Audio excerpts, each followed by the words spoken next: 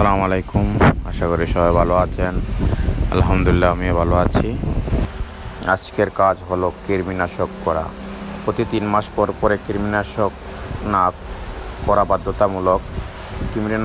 কৃমিমুক্ত না করলে অনেক সমস্যার সম্মুখীন হওয়া লাগে। প্রধান সমস্যা হিটে না আসা। গাভী হিটে না কৃমিমুক্ত না করলে হিটে আসে না। আর হিটে না আসলে গাভী কনসিভ না করলে খামারে লাভের চেয়ে লোকসানের সংখ্যাই বেশি হয়। কৃমিমুক্ত না করলে যতই খাবার খাওয়ান কোনো লাভ নাই, অনেক সমস্যার সম্মুখীন হতে হয়। গাভী হিটে আসে না, রোগ জীবাণু, রোগ প্রতিরোধ ক্ষমতা কমে যায়, নানান সমস্যার সম্মুখীন হতে হয়। পাতলা পায়খানা, ডায়রিয়া। খামারের প্রধান কাজই কৃমিমুক্ত করা। আজ আমি আমার খামারে কৃমিমুক্ত করলাম। আপনারাও কৃমিমুক্ত করে নেবেন 3 মাস পরে পরে।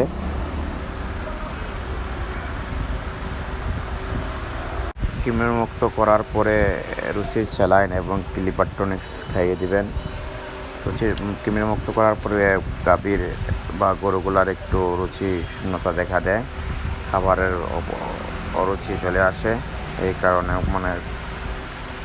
রুচির স্যালাইন খাইয়ে দিবেন।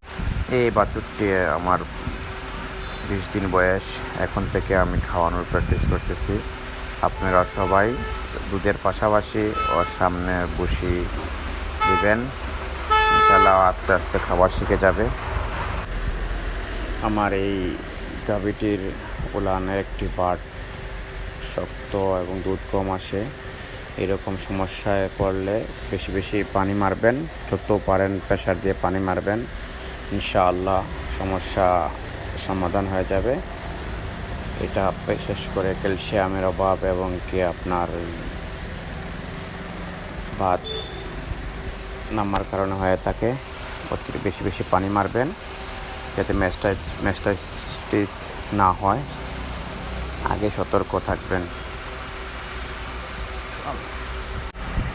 আমি নতুন করে শুরু করেছি, অনেক ভুল ত্রুটি হতে পারে। আপনারা আমার পাশে থাকবেন, আমার ভুলগুলো ধরিয়ে দিবেন। আর যতটুকু পারি আমি আপনাদেরকে আমার অভিজ্ঞতা থেকে জানানোর চেষ্টা করব। আপনারা আমাকে পরামর্শ দিবেন। আল্লাহ যেন আমাকে আমার লক্ষ্যে পৌঁছাতে পারি। আসসালামু আলাইকুম ওয়া রাহমাতুল্লাহি ওয়া বারাকাতুহু।